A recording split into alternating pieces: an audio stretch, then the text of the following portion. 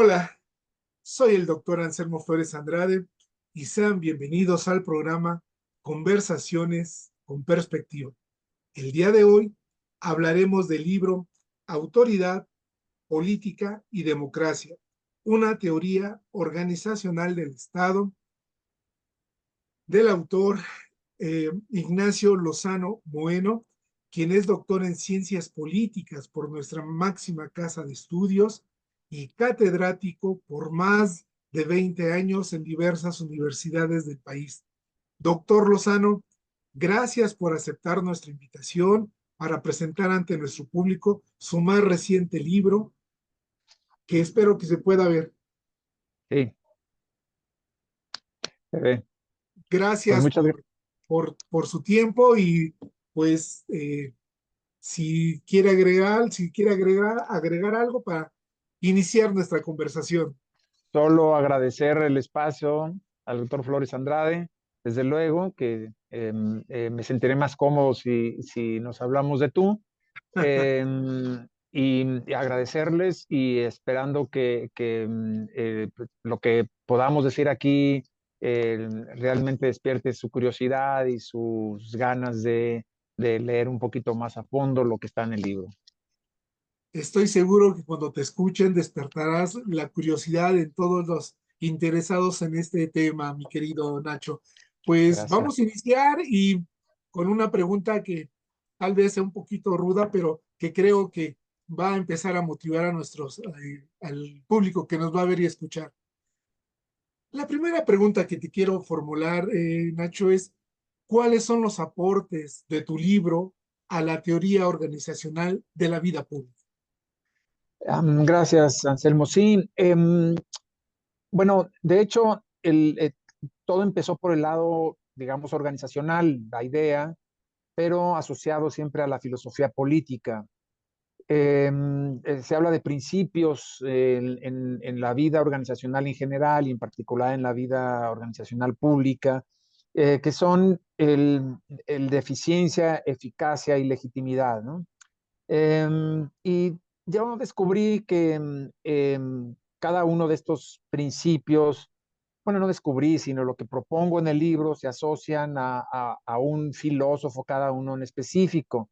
En el caso de la eficiencia, a Platón o a Sócrates, particularmente La República, que está escrita obviamente por Platón y cuyo protagonista principal es Sócrates, y a la eficacia con Maquiavelo, particularmente El Príncipe, y la legitimidad con Aristóteles y particularmente la política. No son las únicas obras de estos pensadores, pero son el eje de cada uno de estos modelos, como yo los pensé. Lo pensé como modelos porque creo que uno puede notar en la vida pública eh, que, cómo lo que es el modelo, digamos, relacionado con la autoridad, como está en el título del libro, que es el de la eficiencia, pueden explicar bien el funcionamiento de la burocracia, ¿no? Yo, por ejemplo, ¿no? Y por su lado, en la parte de política, lo asocio claramente al principio de eficacia. Y ahorita lo explicaré un poquito más. Eh, y es pues el príncipe de Maquiavelo. Y la legitimidad, la idea de legitimidad a la democracia, que es la que aporta a todo, digamos, el sistema, por decirlo así, pues pues sí, eso, la legitimidad suficiente para que siga funcionando. Y esto es Aristóteles. Ahora, yo lo separé y dedico un capítulo un poco largamente a explicar la idea de modelo porque quería separarlos, aunque en la realidad estén, digamos, se intersecten, ¿no? Se intersecan, sin embargo, esa intersección es difícil, no quiere decir que aparezcan simultáneamente, cada uno, si uno lo piensa bien, tiene principios y argumentos que se excluyen entre sí. Y por eso las tensiones normales que uno ve en la vida pública, digamos, ¿no? Entonces, entonces, lo que hago es entender a la autoridad o a la burocracia como un ámbito, como una estructura o un sistema, si se quiere, o un subsistema por sí mismo, que uno se lo puede imaginar funcionando perfectamente. Y para eso recurro a la República de Platón, donde creo que ahí lo que hace Sócrates es ponernos frente a esta necesidad de organizar una estructura burocrática formada por guardianes les dice así Sócrates, yo les pongo guardianes filósofos, desde luego encabezados por el famoso filósofo rey, digamos, el que es en la convicción platónica quien puede gobernar de mejor manera al Estado o a la ciudad, pues, ¿no? La ciudad-estado, voy a utilizar esos términos indistintamente, la polis, digamos. Entonces, pero para eso se necesita un cuerpo administrativo. Este lenguaje que yo estoy usando no es el que usa Platón, pero es evidente que está ahí. Es decir, son gente especializada, son gente muy preparada, que incluso llega al extremo de plantear un comunismo de estos guardianes filósofos que viven en comunidad, que no tienen propiedad, ni siquiera los hijos que puedan tener van a saber quiénes son sus padres ni sus madres, de acuerdo con una cierta eugenesia ahí que plantea Sócrates, ¿no? ¿Por qué? Porque esto los va a distraer de la labor esencial de precisamente conducir a la ciudad, al Estado, es decir, al resto de la ciudadanía o de la sociedad, si quieres, hacia el bien común. Y solo ellos que saben, que son los que están formados perfectamente en una serie pues, de la filosofía en particular, pero uno lo puede extender al mundo contemporáneo en las diferentes ciencias, profesiones, especialidades en las que se forma un funcionario público. Y eso es lo que está ocurriendo ahí. No gobernados, sino dirigidos por un filósofo rey, que es el que conduce, digamos, a todo el Estado y en particular a su cuerpo administrativo. Uno lo puede entender así. Y cuando lo trasladamos al fenómeno de la burocracia moderna, podemos ver ciertos paralelismos, por decirlo así. Los sistemas de carreras, los sistemas profesionales de carrera que conocemos hoy están basados en el conocimiento, en el mérito, en la especialización. Eh, México le falta mucho por ahí, pero digamos en países más o menos modernos y desarrollados, tienen muy desarrollada, valga la redundancia, estos desarrollados los sistemas profesionales. ¿Y qué pasa ahí con estos sistemas profesionales? No solo es la especialización, sino que aunque no viven evidentemente una vida en común, como planteaba Sócrates, que para su época, evidentemente, eso era un planteamiento muy atrevido, por decirlo menos. Sí, lo que tenemos es que los medios de administración, para usar ese término weberiano, se los da el Estado, o sea, los monopoliza, los confisca el Estado y se los pone a préstamo para que hagan su trabajo de todos los días.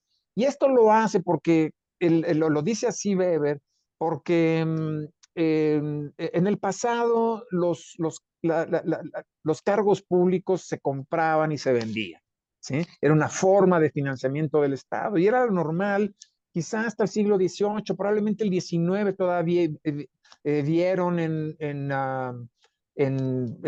Europa, en los Estados Unidos, este sistema si no de compra-venta, en algunos casos sí de botín, como el de Estados Unidos, ¿sí? Que solo hasta el último cuarto del siglo XIX, ante la advertencia de Woodrow Wilson, que era profesor de Princeton y escribe el famoso ensayito de estudio de la administración, donde pues dice, ya es hora de que acabemos con el sistema de despojos, es el sistema de botín, que el partido ganador puede poner a todas, pues, puede ocupar los cargos con las personas que desee. Bueno, entonces la idea es esa, la burocracia, que es en donde reside y a través de la cual se expresa la autoridad, se pueda entender por sí misma. Luego vamos al tema de cómo se intersecan, pero ahorita es eso. El de la eficacia, bueno, voy a poner primero, aunque no es el orden en el que lo tengo en el libro, el de la democracia, ¿no? El principio de legitimidad. En el caso de Aristóteles, está, que es, digamos, fue alumno de Platón, entonces, y digamos, es una tercera generación después de Sócrates, ¿no? Eh, digamos, no repudia la democracia. En parte, digamos, la República de Platón y muchos otros diálogos de Platón está claramente expresado el miedo o el repudio a la democracia, esta democracia que se vivía en Atenas, muy directa, pero sobre todo muy, valga la redundancia, por decirlo así, popular, donde realmente la mayoría gobernaba, pero él no era una mayoría refinada, ni educada, ni nada, y el miedo siempre era que pudieran tomarse decisiones que fueran en contra de la viabilidad del propio Estado, de la propia ciudad. Bueno, Aristóteles no repudia por completo eso, y él dice, bueno, tenemos que lograr un régimen el mejor posible. Y esto es clave para entender esto.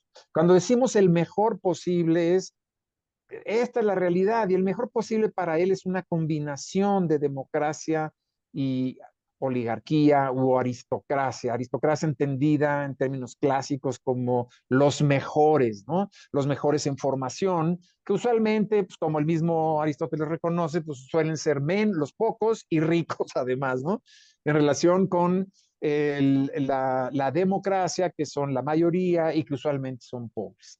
Bueno, él dice, bueno, sí, tiene que estar gobernada, tiene que haber políticos que tengan este refinamiento, por decirlo así. Este es término mío, ¿no? El de refinamiento, sí, gente como con otra preparación, con otra formación, pero a sabiendas de que es el demos, ¿no? La mayoría la que decide. Pero aquí hay varias cosas esenciales. Primero, que la democracia es un sistema viable, es un régimen viable, porque la mayoría no considera que haya otro mejor. Por eso es el mejor posible, ¿sí? Entonces, esa es la legitimidad, básicamente, cuando la gente no piensa que pueda haber un mejor régimen. Y hoy en día las encuestas preguntan eso. ¿Usted considera que la democracia, y te van a contestar muchos que no, como tuvimos recientemente hace unos pocos años, ¿no? Que en América Latina la mayoría repudiaba la democracia porque no había, digamos, dado los frutos o las promesas que estaban encerradas en su posibilidad. Pero bueno, el asunto es, esa es la idea del mejor posible y esa legitimidad, esa creer en que ese es el mejor régimen posible es a lo que, digamos, lo que está planteando Aristóteles ahí. Y creo que eso es muy importante de entender. Y otro elemento también muy importante, que es el del diálogo en la pluralidad, admitiendo además que los ciudadanos son, digamos, disfrutan en el ámbito de lo público, disfrutan de estos dos elementos fundamentales de cualquier régimen democrático, la libertad y de la igualdad. Es decir, que es la libertad de participar en las decisiones colectivas, por un lado, en igualdad de condiciones, independientemente de tu situación socioeconómica. No está hablando de igualdad socioeconómica, está hablando de la igualdad, hoy decimos ante la ley. Yo en el caso de Aristóteles diría es la igualdad en la ley, por decirlo. O sea, la alegría, la felicidad y la plenitud que sentían los ciudadanos atenienses de convivir y cohabitar en esos espacios públicos con otros ciudadanos en condiciones de igualdad, que su opinión valía exactamente lo mismo que la de los demás. Esta es la idea de libertad e igualdad en una pluralidad dialogal, ¿no? Para tomar decisiones colectivas.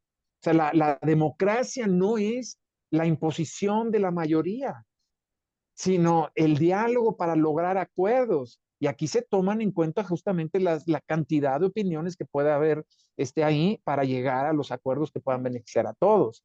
Cuando la mayoría impone sus decisiones, estamos frente a una dictadura de la mayoría. Es más, estamos ante la descomposición digamos, de la república, ¿no? Para Aristóteles, la república era el régimen correcto democrático. Y la democracia era el régimen corrupto, digamos, de la república. Pero él luego juega indistintamente con los dos términos, como que no lo aclara, pero después habla de democracia y de república indistintamente. Entonces, esta especie de corrupción, sin embargo, no, la corrupción de la república, la democracia, es mucho menor, digamos, que la que hay, digamos, la distancia entre la república y la democracia es mínima comparada con la que hay entre la monarquía como régimen bueno y la tiranía como su régimen corrupto. La distancia, o sea, si la monarquía es lo más óptimo, según Aristóteles, que podemos encontrar, valga la expresión, en un régimen político, la tiranía sería el peor. Luego le sigue, digamos, entre los tres regímenes mejores, el de la aristocracia, que es el gobierno de los pocos, pero educados, digamos, formados, etcétera, ¿sí? Y su versión corrupta es la oligarquía, el gobierno de los pocos. Y de la república nos vamos a la democracia, digamos, como su versión corrupta, pero la distancia es mucho menor que la que dista entre los otros dos pares. A lo que voy es a lo siguiente, que no es tan mala la democracia, pues en la opinión, geométricamente hablando para Aristóteles.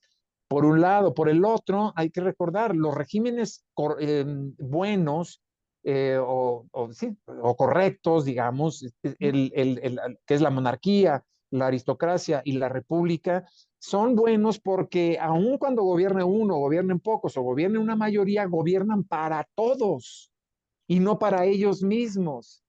Y los regímenes corruptos son aquellos que gobiernan para sí mismos, aún siendo la mayoría.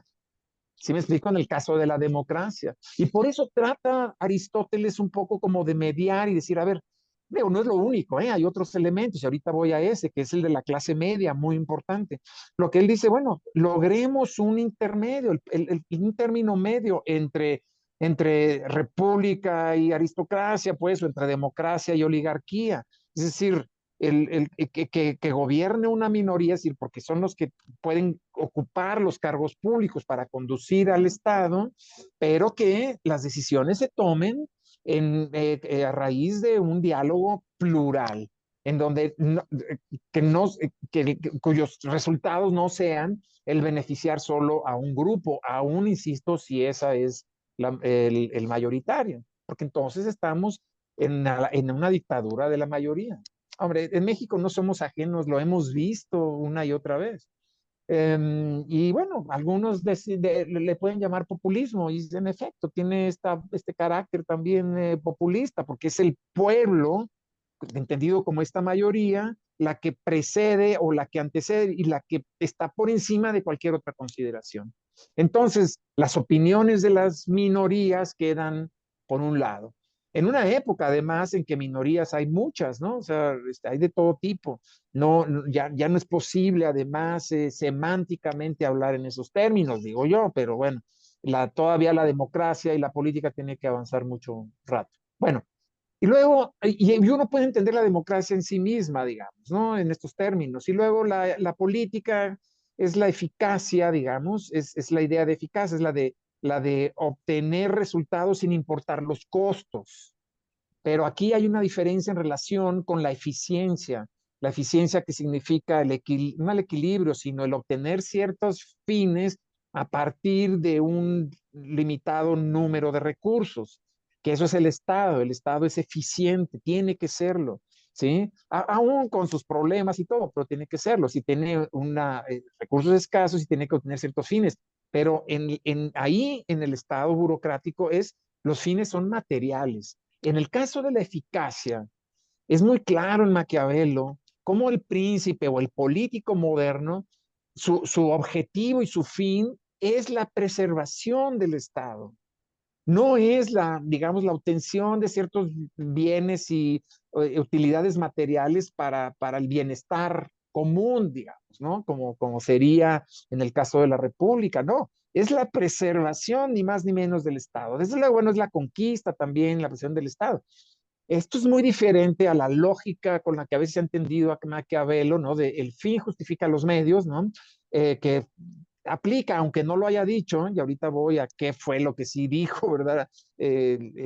Maquiavelo, es que el fin justifica los medios, significa, no importa cuánto te cueste la preservación del Estado, pero hazlo. Y por eso vas a ser juzgado, va a ser juzgado el príncipe. Y eso es lo que dice en realidad Maquiavelo, donde los ingleses tradujeron, este, the end justifies the means, o sea, el fin justifica los medios. Lo que decía Maquiavelo es que al príncipe en realidad hay que juzgarlo por los resultados, pero no es cualquier resultado material, que desde luego puede estar incluido el bien del pueblo, en fin, una cierta felicidad o por lo menos una cierta, digamos, tranquilidad y seguridad. No, es el Estado, preservarlo de sus enemigos externos y desde luego de cualquier inquietud al interior.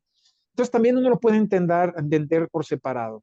Pero y digo organizacional, que es la parte, digamos, quizá más eh, digo, difícil de justificar, creo, es porque cada una tiene su lógica de funcionamiento, ¿no? La democracia de la que estamos hablando es de una democracia institucional y por tanto requiere de ciertas estructuras organizacionales. En el caso de la burocracia ni se diga, pues se necesita una estructura organizacional que lo lleve a cabo. En el caso de la política o del político, de estos políticos de altura maquiaveliana, ahí, digamos, la parte organizacional es un poquito más diluida o fluida, pero no hay duda de que el político no puede hacer nada por sí mismo. Vean, hombre, frente a digamos, un tipo de dominación carismático para equipararlo con esta terminología beberiana, pues sí, ¿no? Hubo, por ejemplo, Alejandro, ¿no? Magno. En realidad, o sea, fue efímero lo que él logró, porque estuvo fundado básicamente en sus capacidades personales, aun cuando Macedonia después, bueno, llegó a dominar Atenas y etcétera, ¿no? Pero se pierde la idea de la estructura organizacional burocrática por un lado y no se diga en el caso de la parte democrática, digamos, organizacional.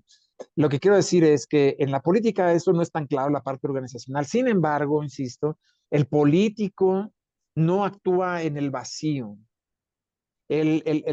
Todos los ejemplos que pone Maquiavelo, tanto en El Príncipe como en los discursos de la primera década de Tito Livio, son gente que se apoya en la autoridad antes. Hombre, no es que la autoridad destaque, pero uno lo siente ya sea de manera implícita o explícita. Por ejemplo, César Borgia, ¿no? Que pone y dedica un capítulo del príncipe a él, el príncipe sin suerte, digamos, era un gran político, un condottiero o un, ¿no? Condottiero no es la palabra más exacta, pero me entiende, ¿no? Está a caballo conquistando para el papado ciudades que antes que se habían medio independizado, ¿no? Y fue un tipo brillante, a pesar de ser joven, era un tipo brillante. Tuvo mala suerte, como dice Maquiavelo, pero ¿en qué estaba basado César Borgia? En la autoridad de su padre, el Papa Alejandro VI, Rodrigo Borgia, ¿sí? Él podía hacer eso gracias a ello, ¿sí? Y en parte también un poco cuando tuvo su alianza con el Carlos III, creo, el rey de Francia, bueno, también un poco apoyado en esa autoridad. Entonces, quiere decir que no actúan en el vacío, pero tienen miras de otra naturaleza, ¿no? Son miras altas, la del Estado, pues ese es cuando hablamos de un hombre de Estado, hablamos de un político maquiaveliano. Y ya para terminar con esto, lo que digo es que el fin justifica los medios, significa que, y a que al príncipe se le va a juzgar por los resultados, a él lo pueden juzgar tribunales humanos, digamos, y incluso cuando él toma decisiones de ese calibre, un político, tiene que ser consciente de que va de por medio bueno, tal vez no su vida, ¿verdad?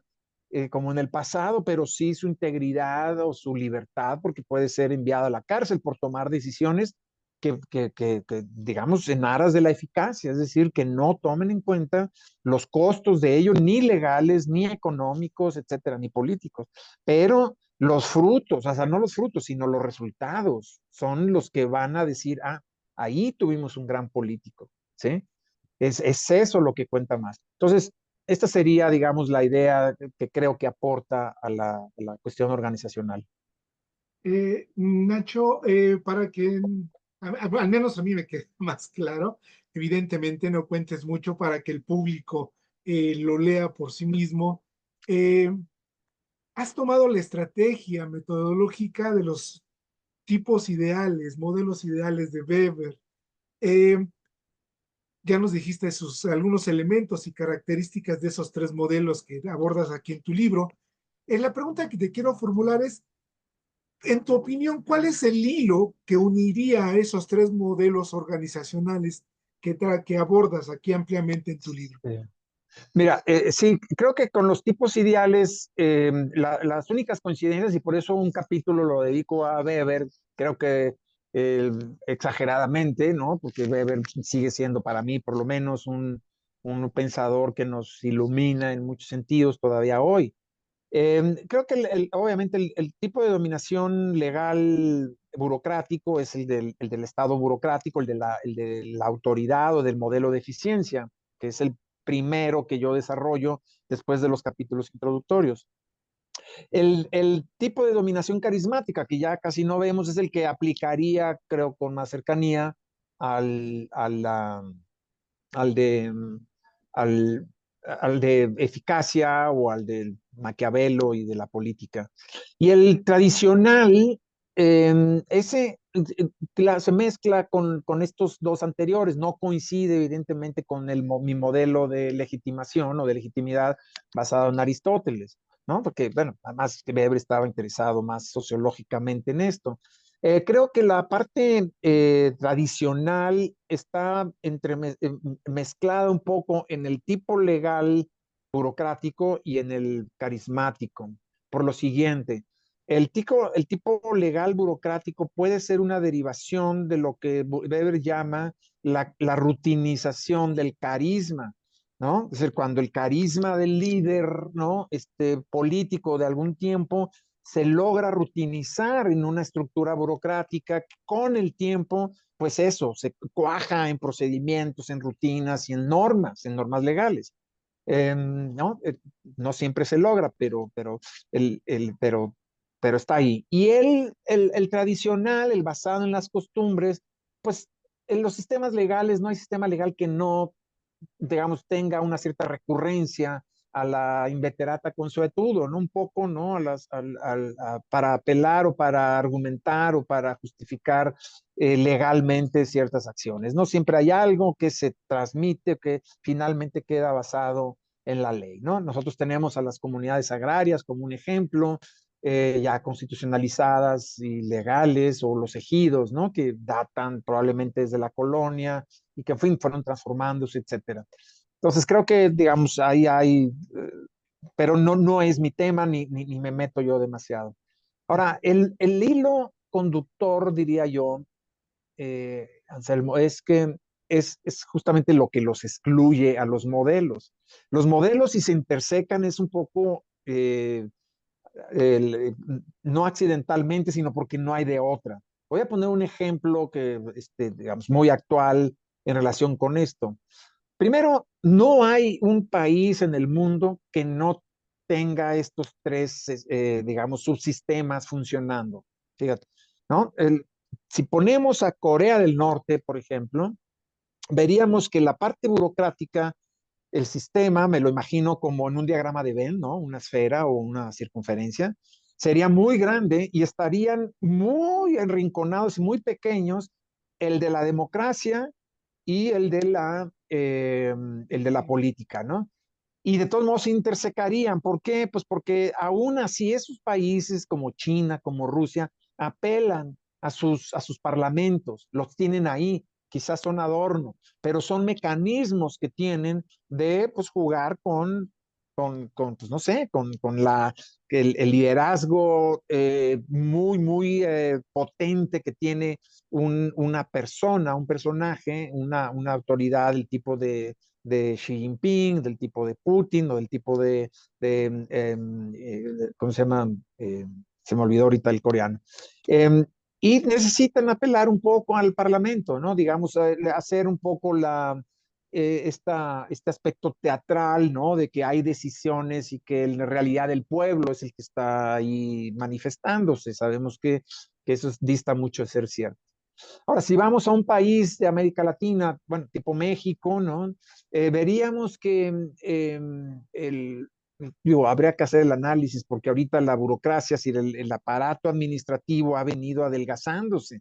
Esta idea de la austeridad ha sido, digamos, impactante en esos términos y habrá que hacer el análisis, ¿no? De lo que ha pasado hasta ahora. Pero digamos que el, hay una, el, digamos, la democracia, bueno, a ver, voy a ir mejor a un régimen tipo inglés, que me gusta mucho. Y ahí veríamos los tres componentes en más o menos en un cierto equilibrio dinámico, ¿sí? Es decir, ¿no? Hay una burocracia profesional muy bien instalada, hay un parlamento también muy, muy fuerte, muy poderoso, y hay un conjunto de políticos que todo el tiempo están jugando, digo, no todos tienen la altura del Estado, pero que van en formación, digamos, y que juegan papel, digamos, incluso aparte tanto de la burocracia como del Parlamento, digamos, cuyas personalidades cuentan, ¿sí? Para la conducción, digamos, del régimen o del sistema en su conjunto.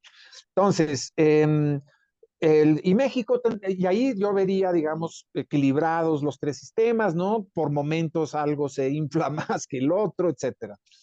En México tenemos, digamos, una democracia, un sector o un subsistema, digamos, de legitimación en la democracia menor en relación con el burocrático, pero esto es porque esto es una herencia antigua, que aún en los mejores tiempos de nuestro pasaje a la democracia a partir del 2000, digamos, o por lo menos de esta libertad electoral, etcétera, no pudo vencerse bien a bien, pero tuvimos un parlamento, un congreso relativamente fuerte, digamos, ¿no? Y ahorita lo que hemos visto es que las mayorías, y esto está aprobado, las mayorías y que actúan en esos términos, digamos, corruptos en el sentido aristotélico de ver solo por sus fines, por sus propios fines, pues obviamente afectan el funcionamiento mismo de la democracia. No hay diálogo plural, ¿sí? Hay imposición. Entonces, esto no habla bien de la democracia, entonces podríamos ver que hay una reducción. Y de los políticos también, porque se tienen, ¿dónde están esos políticos? Y los que no tienen, digamos, el poder o no están en el aparato de autoridad burocrático, tienen, no tienen, digamos, todavía la visibilidad como para equilibrar las cosas. Entonces, tenemos ahí, digamos, un subsistema burocrático que puede estar afectando el funcionamiento del sistema en su conjunto. Pero bueno, en todos ellos podemos ver cómo se intersecan. Por ejemplo, la democracia, bueno, puede ser la burocracia o la autoridad manda una ley, una iniciativa de ley al Congreso o el Parlamento decide, digamos, promover una nueva ley, digamos, ¿no? Una nueva decisión. Después de un diálogo se discute cuál es la mejor forma que debe tener esa ley y se aprueba, nada más que obviamente no, el Congreso no la lleva a cabo, no la ejecuta, sino que, sí, de hecho incluso tiene que, como pasa en casi todos los países del mundo, si no es que en todos, el Ejecutivo o el lado de la autoridad, digamos, emitirla debidamente para que sea válida. Y una vez hecho eso, entonces hay que pasar a los hechos, hay que llevarla a efecto, hay que llevarla a cabo y hay que hacer ajustes, hay que, en fin, lo que tenga que hacerse dentro del aparato burocrático. ¿Sí? Ahí hay una intersección relativamente clara y con los políticos también, aquellos que actuaron, digamos, dentro del Parlamento para promoverlo, pero también aquellos políticos que forman las partes más altas de la burocracia, que no forman parte de los sistemas de carrera o que no están metidos, digamos, en el día a día burocrático rutinario, sino que tienen cargos de designación relativamente altos y que juegan más un papel político que burocrático, ellos también, digamos, tienen ahí un papel importante que jugar en la ejecución y eventualmente en la dirección que debe seguir esa decisión que fue tomada en el Parlamento, ¿sí? Entonces, no sé si fui claro, la intersección ahí está de los tres. Ahora, hay intersecciones entre burocracia y política, entre burocracia y democracia, entre democracia y política, sí, desde luego. O es decir, entre autoridad y legitimidad, entre legitimidad y política, entre política y burocracia, sí, todo el tiempo están también jugando, digamos, ¿no? Pero el Estado moderno, digo yo, desde un punto de vista organizacional, están todo el tiempo funcionando. Entonces, por eso decía yo que el hilo que los une es lo que los excluye, digamos, ¿no? Porque si uno lo ve bien, el principio de eficiencia, que es, estos son los recursos que tienes, ¿qué vas a hacer con ellos? Pues nada más puedo hacer esto. En cambio, la eficacia no puede detenerse frente a costos ni políticos, ni legales, ni económicos, ni nada. Tiene que ir porque es la convicción del político, digamos, en aras de la protección del Estado.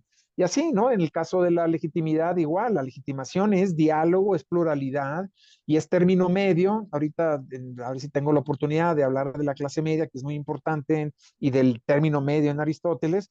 Y por supuesto, pues no, puede chocar, ¿sí? La opinión de la mayoría puede chocar incluso con lo que las formas en que la burocracia hace las cosas. Puede chocar, pero al final logramos un arreglo, digamos, hay una adaptación, un equilibrio dinámico ahí, ¿no? Antes de pasar a la última pregunta, Nacho, ¿podrías decirnos cuál es ese rol de las clases medias en el modelo aristotélico de legitimidad? Sí, mira, fíjate, Aristóteles no le dedica mucho tiempo, pero sí al término medio. La ética nicomaquia está llena de este aspecto, ¿no? Así que ni tanto que queme al santo, ni tanto que no lo alumbre, ¿no? La idea del término medio se puede, digamos, condensar en la idea de prudencia, ¿no? Esta sabiduría práctica, la frónesis, la sabiduría práctica que solo dan los años, ¿sí? Solo dan los años. No es la sabiduría filosófica, científica, ¿no? Sino la que te dan los años. Por eso, entre paréntesis, diría que Aristóteles claramente dice, un joven puede ser un buen matemático, un buen científico, un buen filósofo, pero no puede ser un buen político, porque al joven le faltan los años de experiencia para poder decir aquí hay prudencia, sin negar, obviamente, sin excluir la posibilidad de que de pronto aparezca un joven brillante, ¿no? Con esta inteligencia política de la que, digamos, quisiera Aristóteles hubiera a nivel, conduciendo en los cargos burocráticos, ¿no? Del Estado, ¿no? A la ciudad o al Estado entero. Bueno, sí, él dice algo muy, muy, muy simple. El problema de los riesgos de la democracia, de un régimen democrático, es que la mayoría es pobre, ¿no? Usualmente manda, y que la minoría es rica. Entonces, cuando manda, el problema que tenemos cuando eso ocurre es que los más que quieran imponer en un régimen democrático corrupto de la república, digamos, en los términos en que aristotélicos, lo que haría es imponer eh, el, y desearía lo que los pocos tienen. Y entonces sus decisiones serían, digamos, en el extremo, arrebatarles a los que sí tienen lo que tienen. Y esto pues es claramente inadmisible, digamos, ¿no? Entonces, ¿cuál es la solución? La solución es, hay que crear una clase media. No tiene una solución específica como hoy tenemos, ¿no? En las políticas de redistribución del Estado moderno desde el siglo XIX, más o menos, en adelante, que hoy, digamos, han estado peligrando, ¿no? Frente a las ideas neoliberales que sí han tenido un efecto sobre las políticas redistributivas en unos países más que en otros, ¿no? Porque los países europeos de larga tradición redistributiva, socialdemócrata, aunque sí ha habido penetración en la burocracia con nueva gerencia pública, etcétera, no han logrado destruir estas instituciones de redistribución. Pero bueno, en México tenemos problemas. Desaparecieron el Seguro Popular, se desapareció las estancias infantiles, en fin, y todo esto es un efecto neoliberal, o sea, los neoliberales, si estuviera vivo Hayek, ¿no? Estaría feliz, o Milton Friedman, ¿no? Dices, mira, ahí tenemos a un neoliberal puro, ¿no? Pero bueno, dejemos ese tema para aparte. Lo que quiere, Aristóteles dice, si hay una clase media amplia, querría decir entonces que ya, o sea, tendrían lo bueno de los pocos y lo bueno de los muchos. Y mira, y fíjate, el mundo moderno, el mundo del siglo XX, aunque era un proceso que venía de antes, pero el mundo del siglo XX es el mundo, o sea, el de por lo menos de Occidente, es el régimen de la clase media. ¿Por qué fue tan estable? ¿Por qué fue tan exitoso? ¿Por qué fue tan tranquilo? Porque la clase media creció. Y claro, hay otras críticas que podemos hacer, sociológicas, filosóficas sobre esto, pero el asunto es que fue una clase media muy, muy amplia. En México tuvimos nuestro fenómeno, no tan ampliamente como en otros lados, pero la clase media también creció. Y esto tiende casi por definición a reducir los riesgos. Por esta explicación incluso tan cándida de Aristóteles, ¿no? De que los muchos quieren lo que tienen los pocos, ¿no?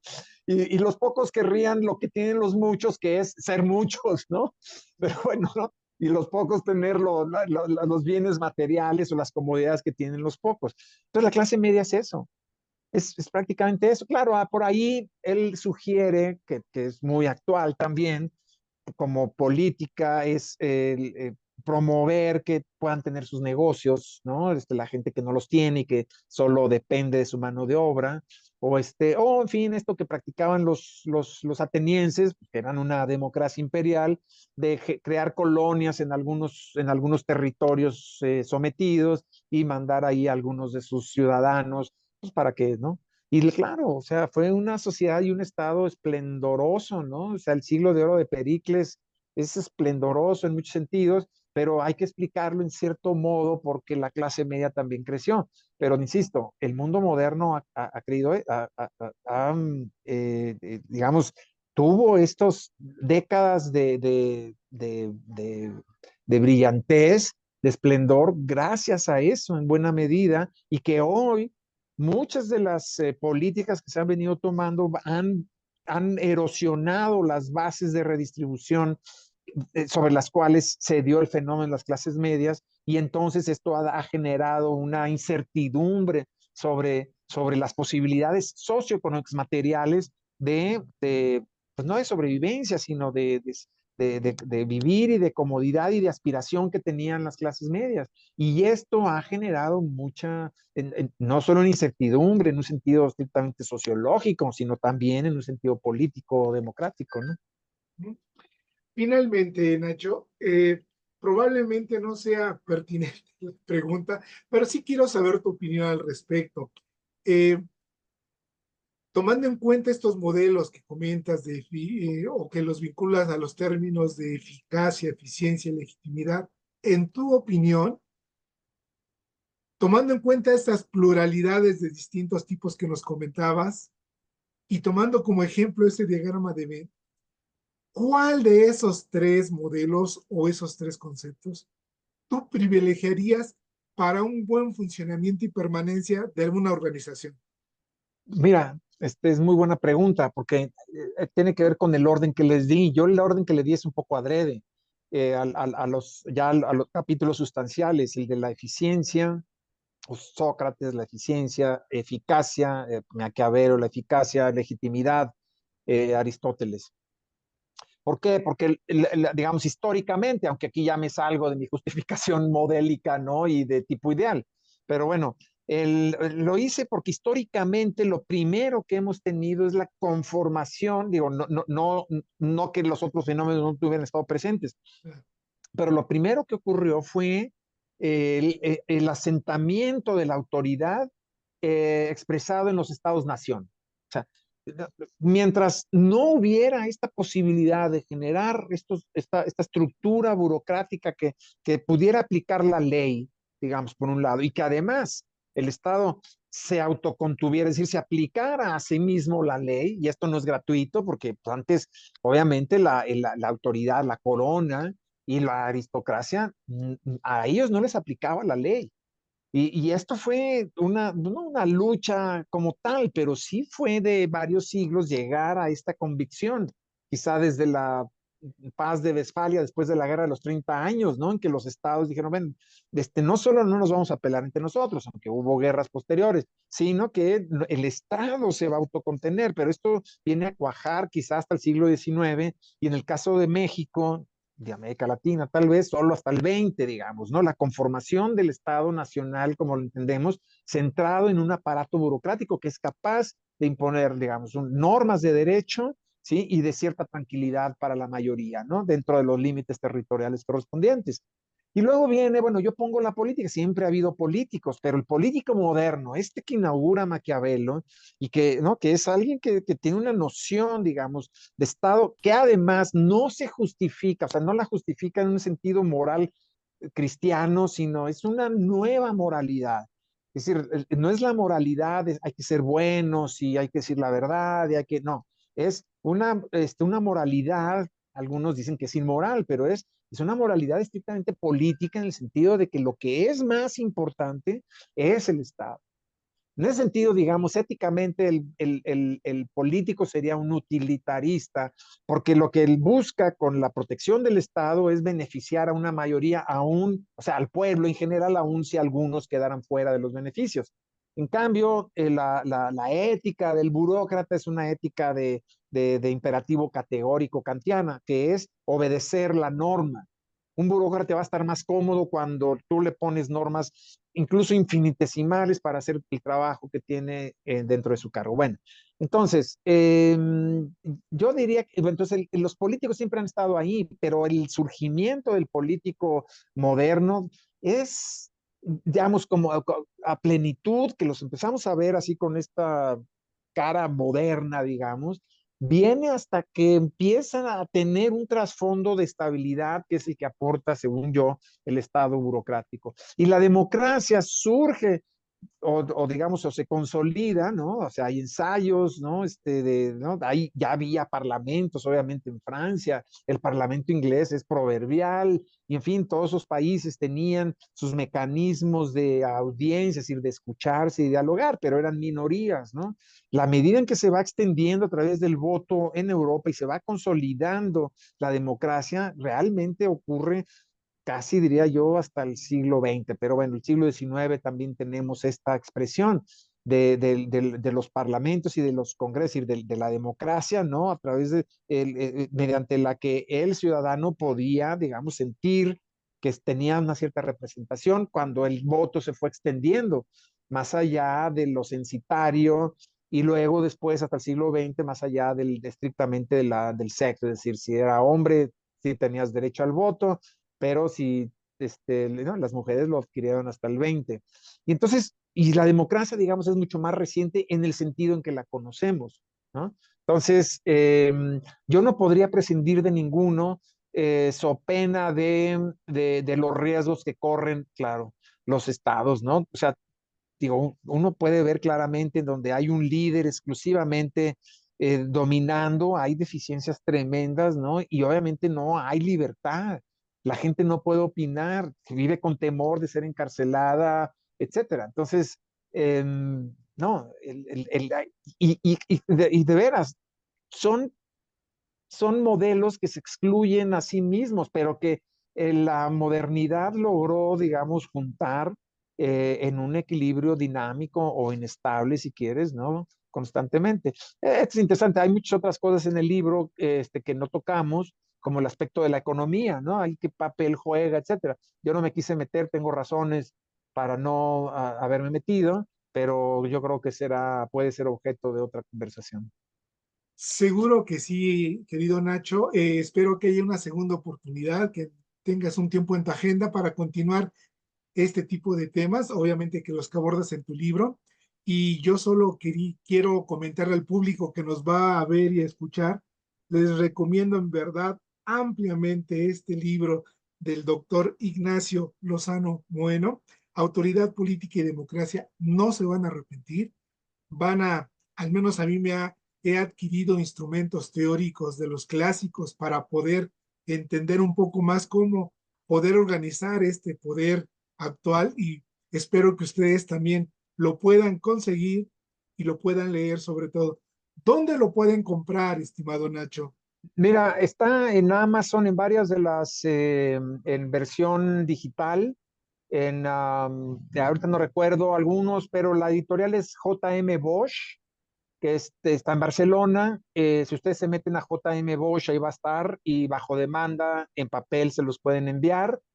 Desde luego, como ebook, el libro electrónico está en varias plataformas. Te digo, una de ellas es Amazon, no, creo que está en Kindle y algunas otras. Entonces, pero métanse a Bosch, por favor, y ahí van a encontrar el libro y las opciones para poderlo adquirir.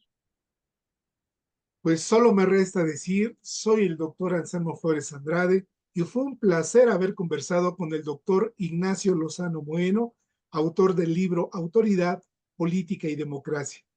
Gracias, estimado Nacho, y hasta la próxima emisión. Gracias a ti, Anselmo. Hasta la próxima.